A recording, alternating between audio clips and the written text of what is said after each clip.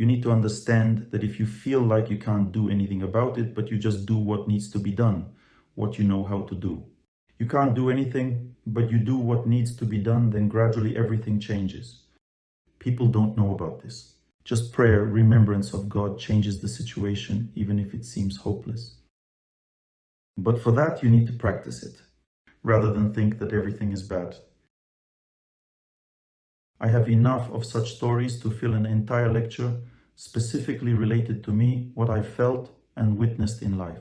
I have no doubt about what I am saying because this is how I live. I've had situations where my fate would kick me so hard that I had to pray continuously for 8 hours a day.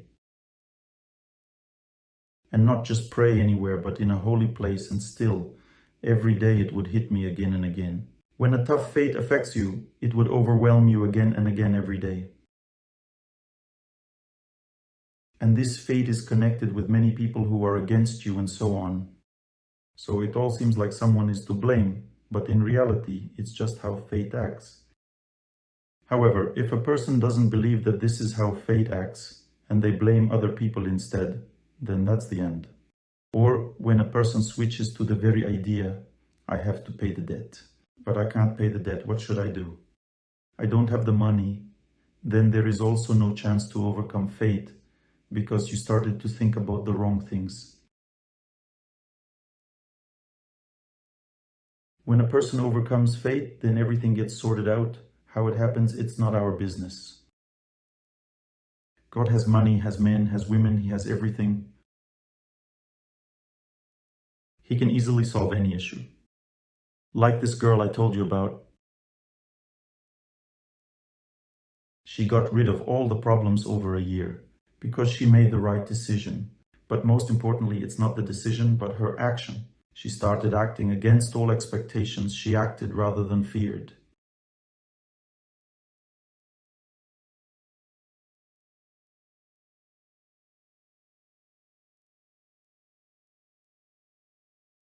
I can give an example from your fate. Raise your hand who had a strong fear that nothing would work, but you started to pray and gradually everything worked out. Look, how many people?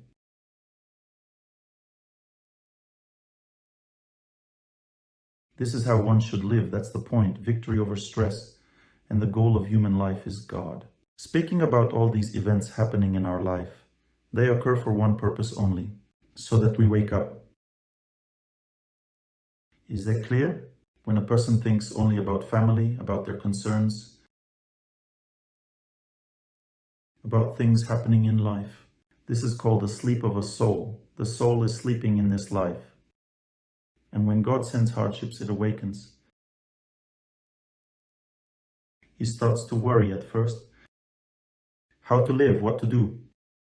And then it starts to live right. And then it's not bothered by anything at all. You know, holy people are absolutely fearless. They don't even fear death because they feel their eternity. This means a life filled with knowledge. On the other hand, getting rid of life by itself doesn't help. I've seen many such examples. I can see how a person lives after life, and if a person commits suicide and remains in a ghost's body, meaning they are punished by God. They don't depart this life, they just can't do anything in this life. They can see everything, hear everything, but can't talk to anyone, meaning they find themselves in a quite peculiar situation where suffering is endless. Such is the punishment for depriving oneself of what one did not give to themselves. Did you give life to yourself? No. We don't have the right to take it away either. But don't worry, when the time comes, everything will surely be taken from you. There's no need to worry about that. But if a person makes such decisions, it means they do not know what life is needed for.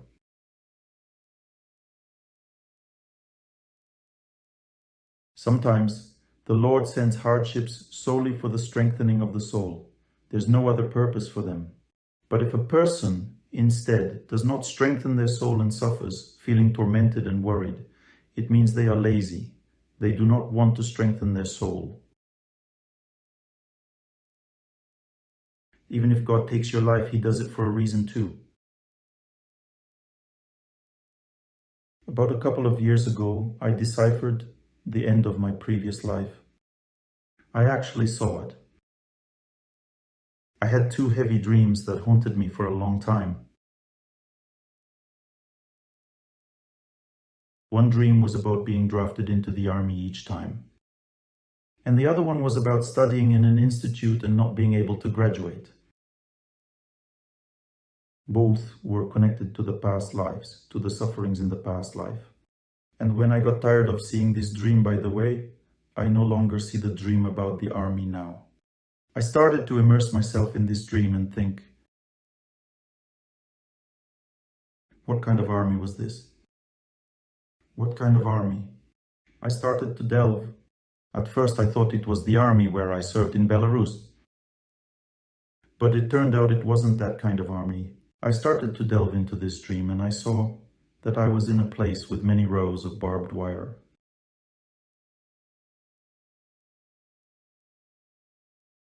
There were very narrow passages, many shelves, 4 or 5, where people slept. Everyone was walking around in some sort of striped clothes. I saw that it was a concentration camp, not an army. I saw myself in a female body, suffering from seeing people getting killed, being tormented. And I was suffering because I couldn't do anything about it. And in such a state, I passed away. But I didn't give up, even in a female body. As a result, in this life, while I was in my mother's womb, my mom wanted to have an abortion.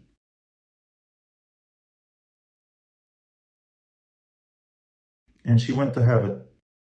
But when she arrived, she was told to read a poem first.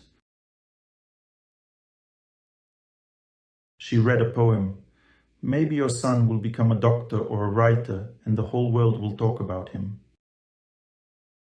She read the poem and decided against having the abortion. That's how my life began.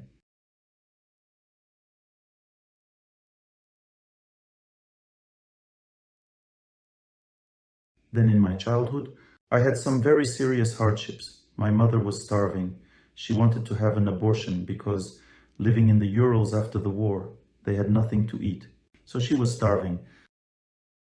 My father was taken into the army for 3 years. She was alone. I had 10 cases of pneumonia in my childhood.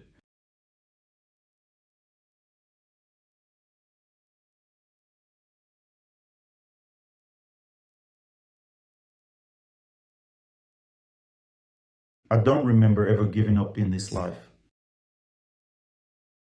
When I was 10, I already started working on myself, practiced yoga at 12, bathed in ice holes when I was 13, 14, and so on. So the question is, why? Because in my past life, I passed away in a concentration camp. Why did I become a doctor? Because I saw people suffering. I've wanted to help people since childhood. My mother always tells how in spring I would bring twigs home. And she would ask me, why did you bring them? I used to say that we would plant the twigs and I put them in water. That they were cut off and now we had to heal them, they were alive. I wanted to heal the twigs, I wanted to heal everything. It's the result of my past life. In my past life, I passed away in middle age. Because God had such a plan. He granted a life where there is a strong desire to do something for people. This impulse was born in the past life. I am telling you this so that you understand. Never get disheartened because maybe God has some plan for your life that you don't understand.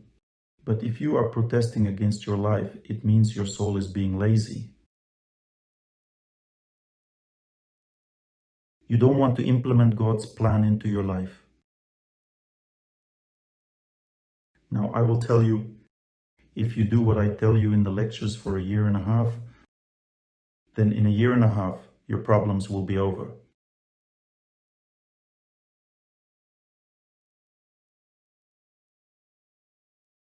Next question.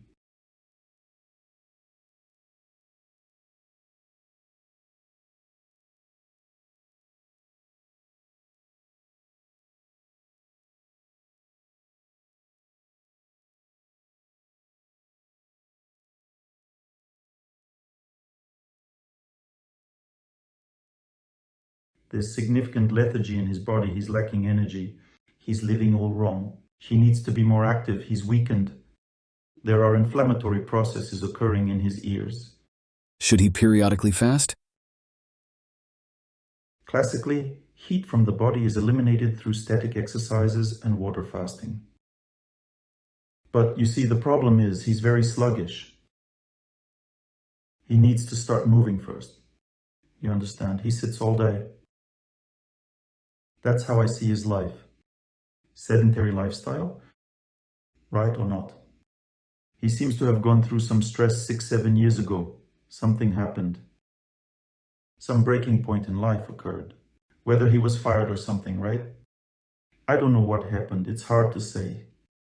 But he somehow weakened, stopped living actively. And this is the result of such a life. Lifestyle needs to be changed. But he's going through a bad period related to health now. But it's not so bad that he would fall seriously ill. He just needs to overcome fate, and that's it. Walking and periodic fasting, right? Start with walking, then move on to exercising in the gym. Start rotating, turning the neck like this. Then up and down, rotate the neck for a long time, improving blood circulation in the head. So that's the next step. First walking, then exercising, lifting the body. If he will listen to you, that's the question. You can tell him, but usually it doesn't work. If someone asks about someone and the person doesn't listen to my lectures, then the question is pointless. Because your conveyance of information won't work. Faith works. If I speak and the person believes me, they will start changing their life. Your question? I also have a question about my dad. Does he listen to my lectures? He doesn't listen to the lectures, but I really promised to ask because we talked about his illness. He wanted to go to a doctor. I told him to wait, as I was going to attend a lecture. What illness? Nobody can say. The skin on his hands and legs is cracking. Wounds are not healing. Well, it's like eczema, meaning it's both heat and dryness accumulating in the body.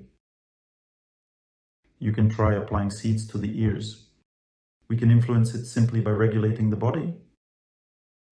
But he must lead a healthy lifestyle, otherwise it won't heal. It is necessary to remove heat from the body, to remove tension from the body. Which seeds will suit him? Everything is chosen individually. It's not easy to determine which ones. There are thousands of different seeds. Everything is individual. All people are different. We have to see to choose.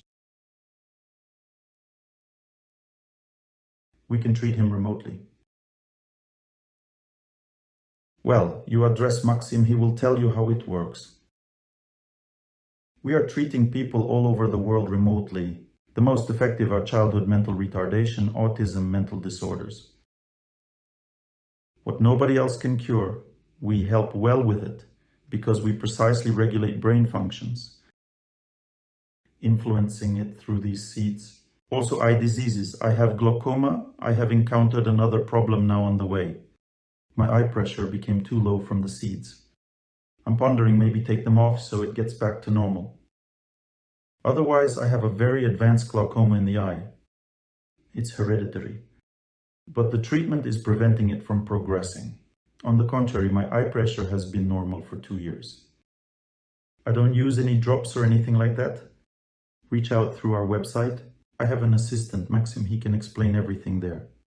Infertility as well, female and male, we help quite well with it because we make people move, plus we use seeds. They activate functions, meaning there's a parallel process in both ways. Is Maxim that young man who... The one who travels with me? He is a doctor. He gives consultations, communicates with you throughout the lecture for free. He's the one sitting behind the door there and talking to people. Thank you very much. Let's, my dears, some non-health questions. All health-related questions addressed to Maxim. What is the goal of the questions part? We are resolving the issues of overcoming fate with you. So if you have questions about fate, then ask me. Your question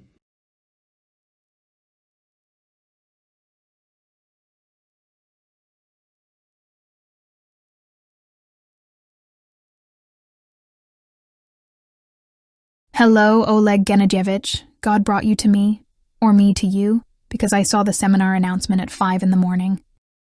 Have a seat. Have a seat. Haven't you listened to my lectures before? I haven't listened to your lectures before this. Then I won't be able to talk to you. There's a reason. Well, I have been listening to your lectures for these 3 days at the seminar. Oh, good then. Then have a seat and ask.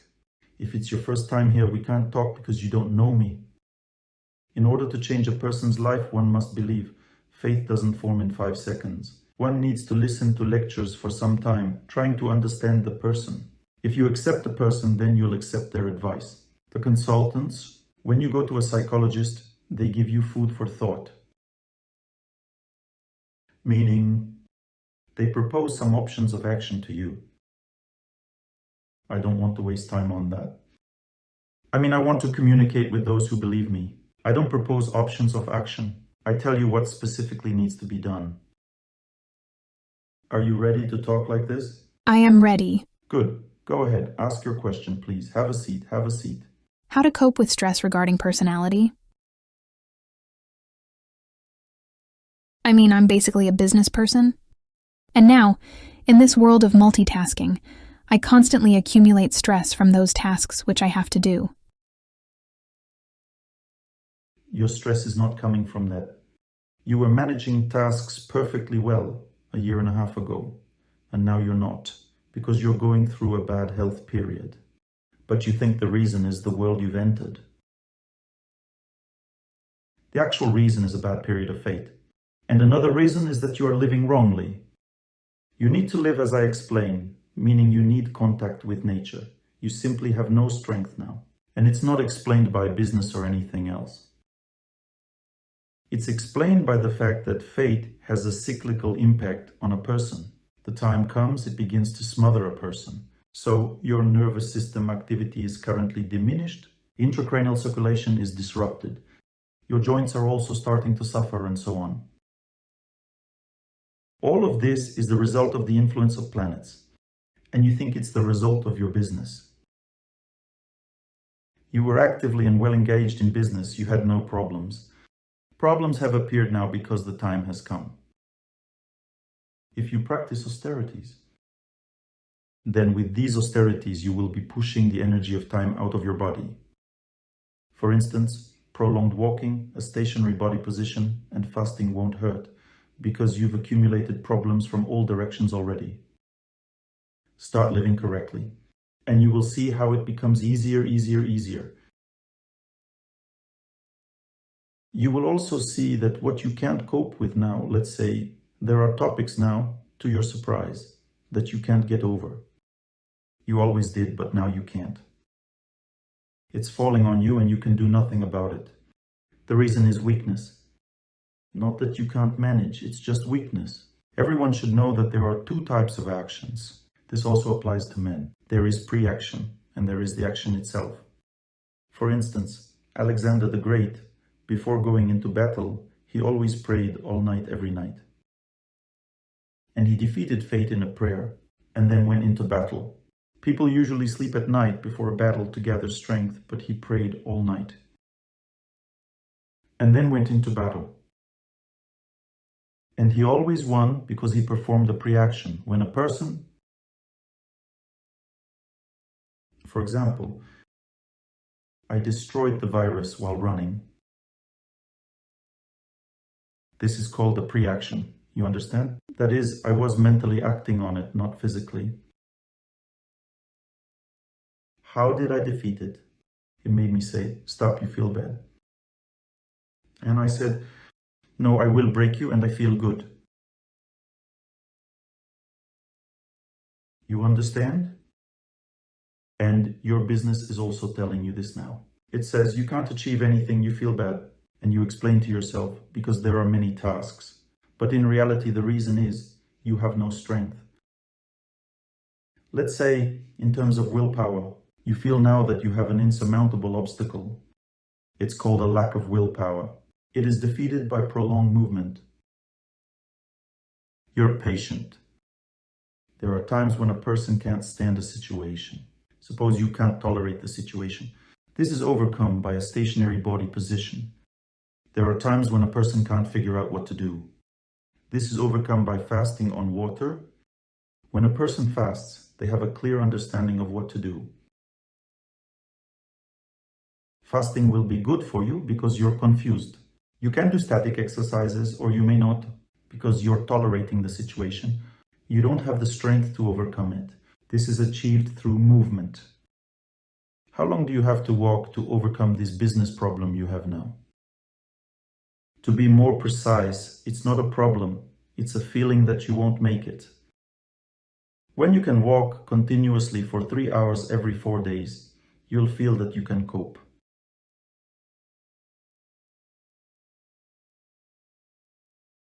If you had done the pre-action, prayed properly, learned the method, you would not have the feeling of something insurmountable in life. Everything that happens in life would just be a volume of work for you. There are two feelings. The feeling that it's not going to work. It means that the soul has no experience to labor over destiny. If the soul has experience of laboring with destiny, then it doesn't feel as if it won't work out. Even if there is an insurmountable hardship, the soul just does what it needs to do and that's it. I had such a situation in Minsk during my last visit.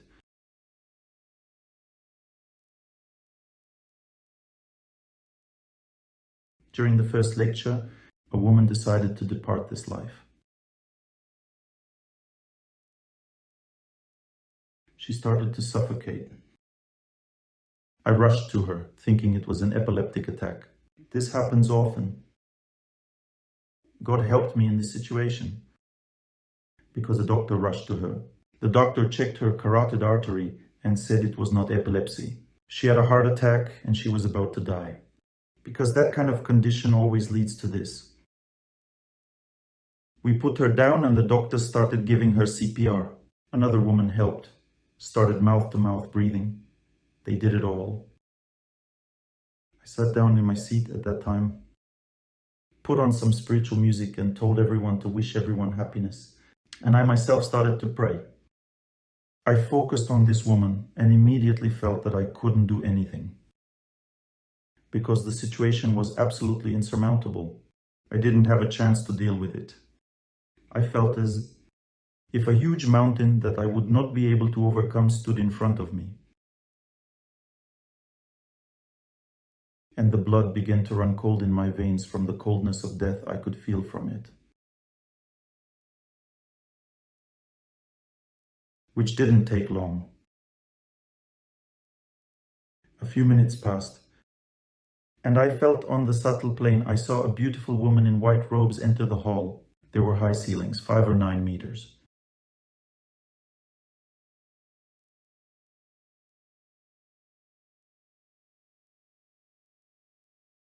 I saw a beautiful woman in white. She came in and stood at the head of the dying woman. I've seen a woman dressed in white before.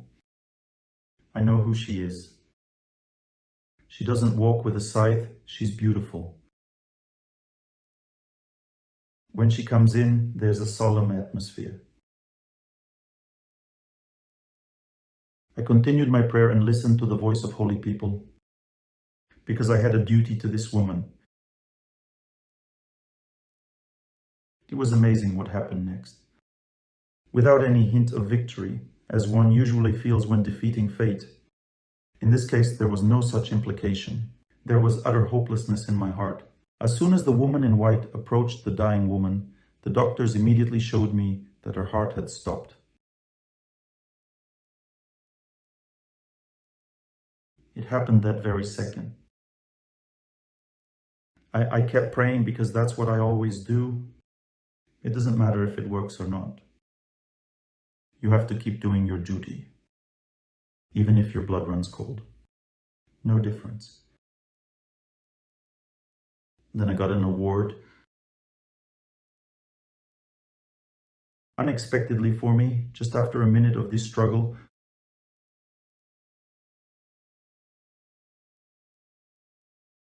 the beautiful and divine woman in white began to leave. At that moment, the dying woman began to breathe. That's not the whole story. The story ended when the woman who had had a heart attack without regaining her consciousness passed away 2 days later.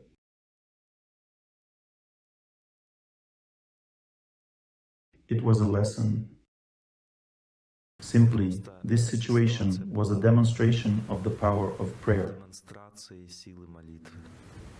The Lord has shown that if you keep praying, even things that are insurmountable and should happen don't happen. Just to keep you praying. If such things happen, then why can't you cope with your situation? Or with your situation? You just don't know about it. If a person is in business, socializing with very famous, intelligent people, it doesn't mean the person knows everything. This world is very diverse. There are things we may not know. But we can learn something much more important than just business knowledge if we study how the world works. This knowledge helps in business as well. There is a verse in the Vedas. Just as a large body of water obviates the need for small wells, similarly, a person who has realized the ultimate goal of life easily achieves all other goals. If a person realizes that the purpose of life is God, realizes that I am a soul, realizes that there is a destiny and we only live alone with God in this world and defeat our destiny. By gaining this knowledge, a person achieves all goals much easier and faster, because such a person uses other methods. So there is a pre-action. When a person has finished pre-actions, one can perform actions. How do you put this into practice in your life? Suppose fate comes and says, your husband has wronged you. He has done a very bad thing to you. What do people do right away? They start to ruin their lives dealing with their husbands. It usually ends sadly. What should be done in such a situation? You should immediately play the voice of a holy person and tune into their sound. Begin the prayer together with a holy person. What kind of prayer? There are two types of prayers. There are long prayers that are meant to set the mood for today. There are short prayers that don't ask God for anything at all. They praise God. Hallelujah, praise God. These short prayers are designed to defeat fate. They are compared to an arrow that flies towards a target. This prayer is like an arrow hitting the target. It glorifies God, glorifies God, glorifies God, and glorifies God. At this time, a person should forget about the problems. When a person does this, the Lord begins to reciprocate. God first calms the heart and gives the strength to overcome fate. The first stage is the purification of the heart. There are invisible threads between all of us. If the thread is clogged, you won't prove anything to your loved one. Proof means that something has come from your heart to the heart of another person. But if there's a blockage between you two, if you're trying to explain something to someone by arguing and being tough, that's crazy. Because only by intelligence can we realize. And intelligence works only in a calm atmosphere, an atmosphere of kindness. If you don't apply kindness, you can't explain anything to anyone. It's impossible. So, first you calm your heart, then you clear your invisible thread, and then you can go and talk. In this case, you will succeed because the person will listen to you. The third stage, that is to change someone's heart, can be overcome through conversation. But that's not the case with stages 1 and 2. For example, a child gets a bad grade, you feel like punishing them right away. First, you should pray. Pray and calm down. You'll learn a lot. You'll find out he got a grade D because the teacher isn't great. He'll tell you everything himself. He is, after all, a child. He feels everything too. Then he'll tell you that he's going through a tough period, that studying is hard for him, hard to figure things out. Then he'll tell you that this subject will always be very difficult for him to learn. You'll understand that this subject is not for him at all, and there's no point in forcing him. Because if you don't let someone learn what suits them, what they have learned through many lives before this, if you don't allow their flower to blossom, but force them to learn what doesn't suit them, to get good grades, then you will make a fool out of them. Because you won't let their energy flow where it needs to, and they won't know what to do in life. You see, this is education based on grades. Let people do what suits them. One mother comes up to me and says, "My child is a fool." And I ask her, "How so?" She answers, "He doesn't want to study." I ask, "What does he do?" She says, "He's on Moscow's hockey team." On the youth hockey team in Moscow, I joke, "There's a fool in your family, it's a fact."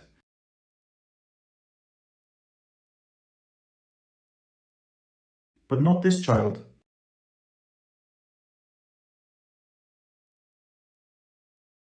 If, despite being pressured, a person's flower blooms because they still act as they think is right, it means this person is a genius. Who is a genius? Someone who won't let themselves be worn down by foolish parents and will still go where they need to. A brilliant child. Additionally, it's important to know that when a child's engine starts running in their direction and they do what they need to do, it is comparable to a mountain. When the peak is higher, the slopes are further. That is, they will grasp all other subjects, but they still won't know them as well as they need to know the main thing. But if a person doesn't go upwards, nothing works out for them. Neither what they need to know works out. Do you know when the phone rings? It rings when you're really interested. Because your relatives are connected with you.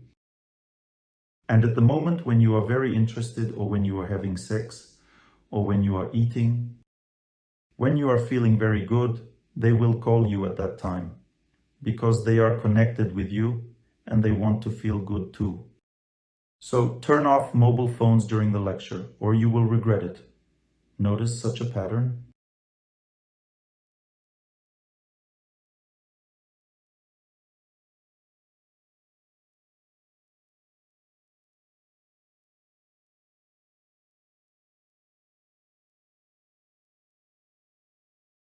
So, there's this concept of pre-action.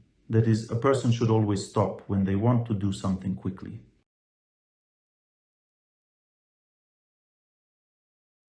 For example, you are buying an apartment, you really like it, the price is super, need to take it immediately, because otherwise someone else will take it.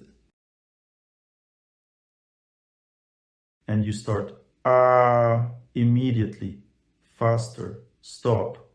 You surely have an hour. Well, at least you have an hour. You can sit down and start praying. If in your prayer your heart hasn't calmed down, you don't feel at peace. It's burning you. You really want to grab this apartment. It means there's definitely a catch. Because fate, when it wants to destroy a person, it gives thirst, a strong desire to do something. And if a person's mind is strong, then they can stop this desire with prayer and calm down, and everything is clear in a calm state. The same with marriage. If you want to get married faster and faster, it means there's a catch there. But if there's a calm feeling when you are getting married, you are not dragged anywhere, you're not repulsed. Calm feeling, it means good fate. Or you're buying an apartment, calm feeling, good fate. And so on. So we need to study what fate is, my dear friends. And one of the factors of fate is called pre-action. So suppose if a person is a leader, they should always perform a pre-action first, and then the action. So first tune into God, pray. And then, when the heart is calm, after calmness comes the knowledge of how to solve this situation. And if a person does this, it's never possible to lead them away from common sense. They will always win. We have decided everything with you, haven't we? Good.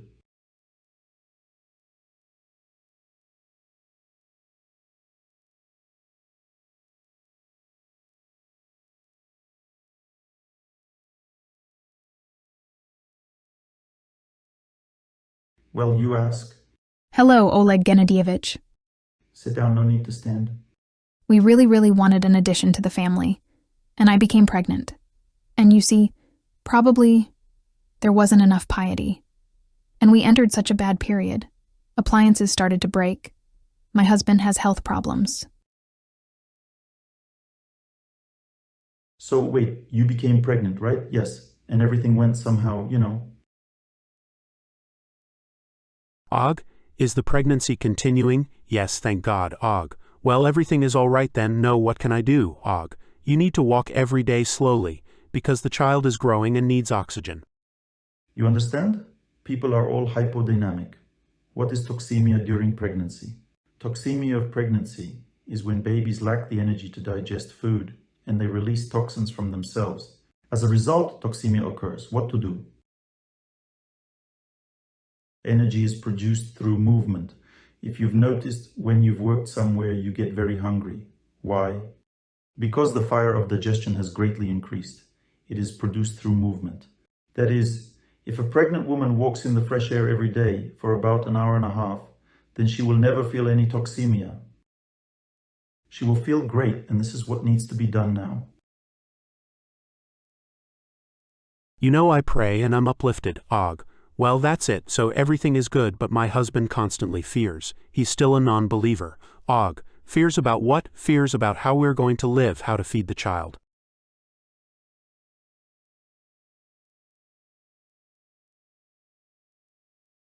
When a child comes into the world, along with that come the money to feed them.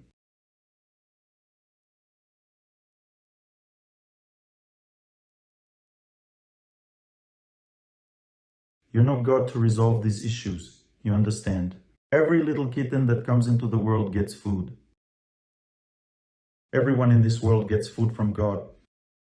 It's God who gives to all. Nobody dies of hunger. And if they die, it's from despair, not from hunger. Now, if a person doesn't believe that everything will work out, then they start to starve. Do you know that it's possible to live without food for several years altogether? If there is no despair. A person destroys themselves most of all from bustling. If a person is in a calm state, they can even feed themselves from the sun or the air. There are different ways to gain energy in the body.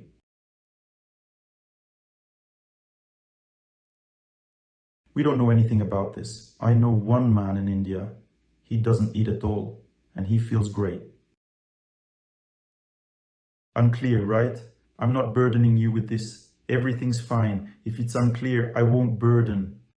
I'm telling you that if there's fear, it means a person doesn't understand something. Fear arises only from ignorance.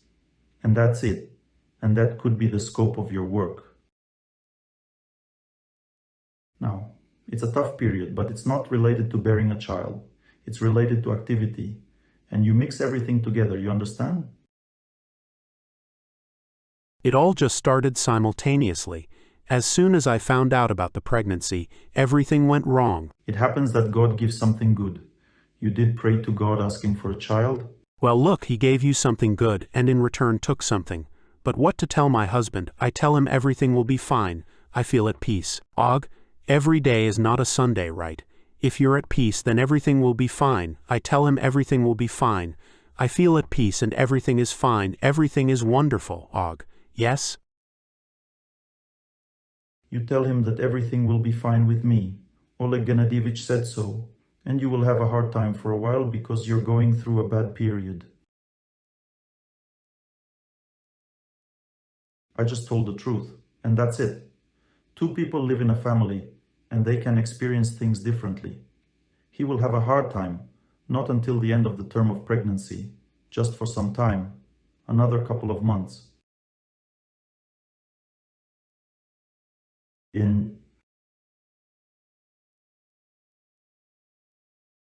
In 65 days it'll all be over. will the bad time definitely end? Well, the bad period will end, yeah. But if he stays depressed, then everything will continue. I'm not a sports lottery to you. Thank you. I'm just saying, when it's a bad period, when it's a good one, but whether everything ends or not, it's up to you. Because if a person doesn't want to work on themselves, nothing will ever end for them. You understand? I've told you that depression can last many years, even if the stress is already over. I gave an example with a grenade. Yes, when the war is already over. Oleg Gennadievich, what else should we do? Og, you need to pray and sort of remember your husband, direct a prayer at him. And tell God, this is for him, and start thinking about God. Pray and not think about the husband at that time. Think about God, but when you finish the prayer and remember the husband, it will be easier for you to remember him. You see, destiny creates an ocean of suffering in the heart, but when a person prays, this ocean diminishes and diminishes, and it gets easier and easier to remember the same event, easier, and then it starts changing already. The process of influencing the event begins. Thank you. And you can do this with everything. It's interesting to know that destiny does so. It hits a person on the head first. So I'm explaining to all of you what needs to be done. I tell the same thing to everyone, and yet you ask me individually why. Because destiny tells you, you are the exception. I do everything you said, it continues, and sometimes there's static, and I think, what else should I do? What else should I undertake?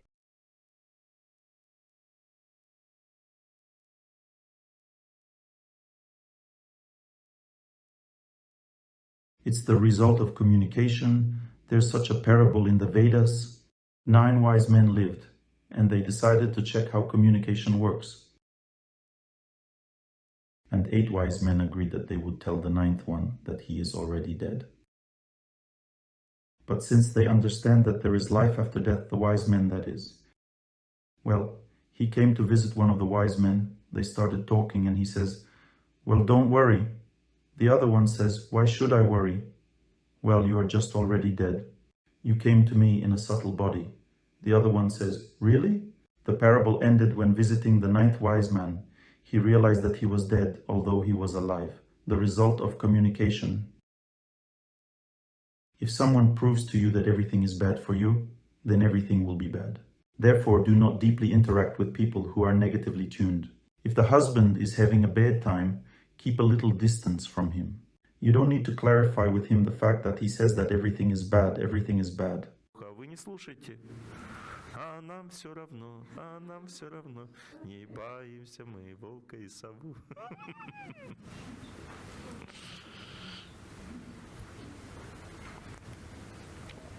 It's a song about prayer. We cut the magical trin grass. Trin grass is a hustle and bustle. You understand? Thank you.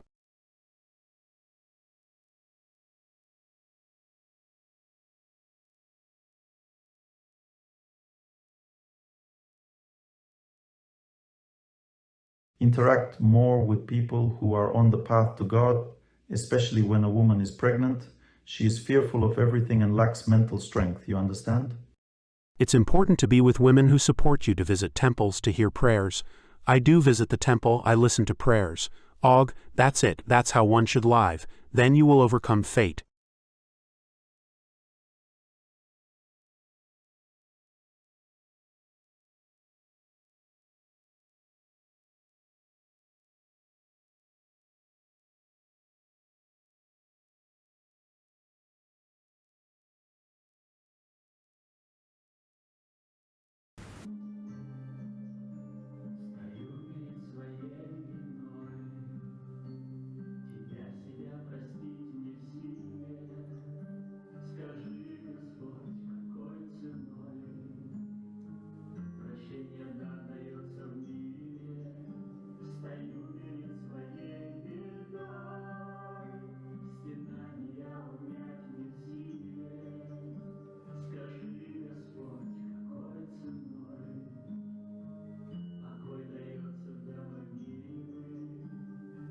To pray and to prostrate, learn to repent, kirtanam shravanam, swallow the dust of Vrindavan.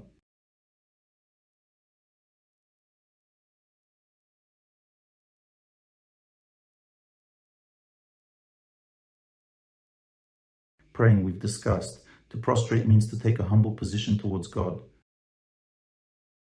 Prostrating wouldn't hurt either.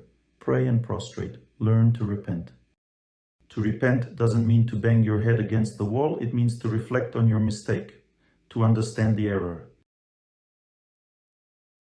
Kirtanam means collective prayer. This is a very powerful method in our time for overcoming fate. It's crucial to learn to pray not alone. For this, you need to go to the temple. At least sit there and pray. Not alone, you see, or together with a friend. Even better to switch on the voice of a holy person and pray with them. Because there's a principle in prayer. Say you have a certain amount of strength. Such is your strength. Here comes fate, more is needed, and you lack a little bit.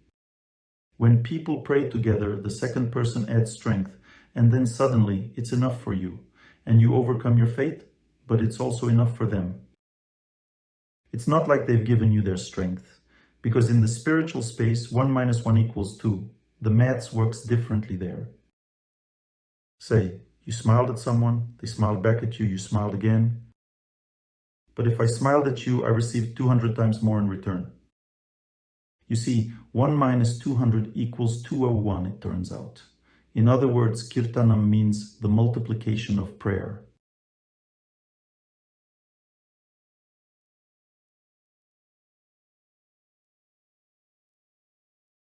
Shravana means the process of listening. You are doing it right now. You are listening intently, trying to understand. When a person listens with faith, their fate changes immediately. They change their whole life. There's a realignment, a movement along fate.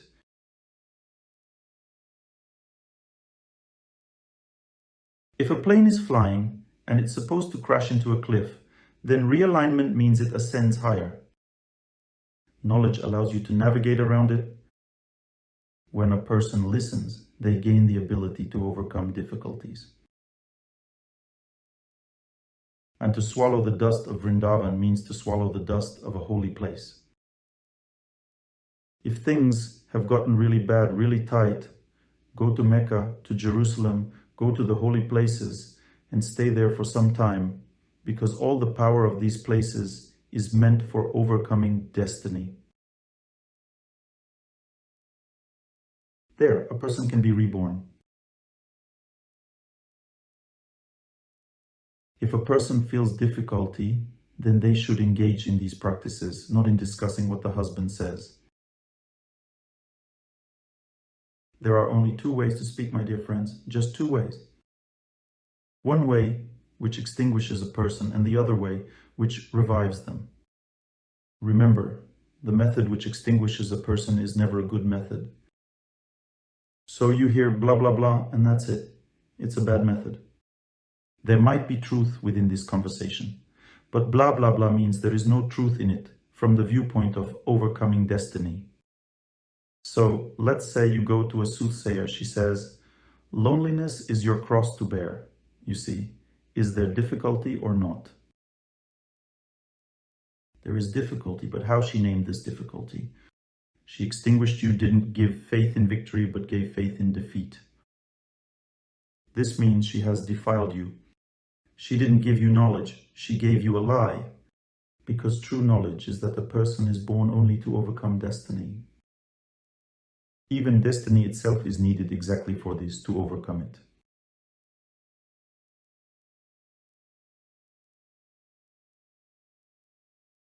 It torments a person for this reason, to be overcome, and I repeat again, even if a person can't overcome destiny in this life, if they don't lose heart, then they can overcome it in the next life. A person lives forever.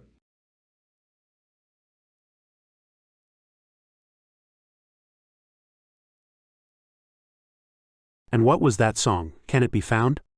It can. I'm telling you, there is the Divya Rosa ensemble, my friends, the Skolov spouses. They have many such songs. And I think they will even arrive here, or they already have. I didn't find them. Last time you mentioned who sings the song, but I didn't find them. Og didn't find Y and Supernova.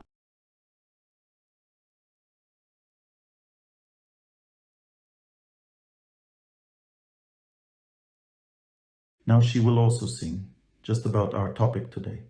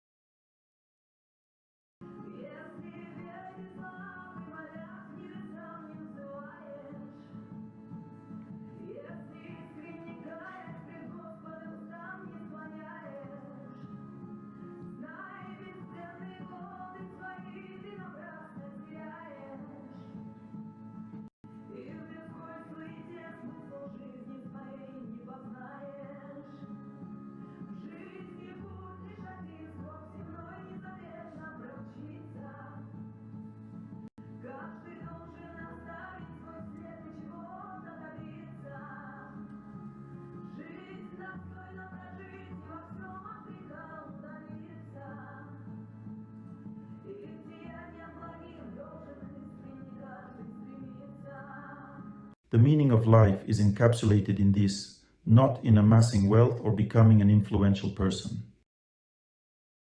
That's also good, but it's not the main thing. If you don't focus on the main thing, life will pass by, and you'll feel that you've lived it in vain, meaninglessly. And how to find one's purpose. Your purpose is to love God. And there are other purposes related to activity. And all these purposes are found simply because a person becomes active. So let's say, if a man starts engaging in sports, he gradually develops willpower and he just starts to do something further in life because, indeed, a man can't work just because he lacks the willpower for it. He gets engaged in something, he doesn't know what yet, but when he starts to toil, he reaches the next stage, a love for labor.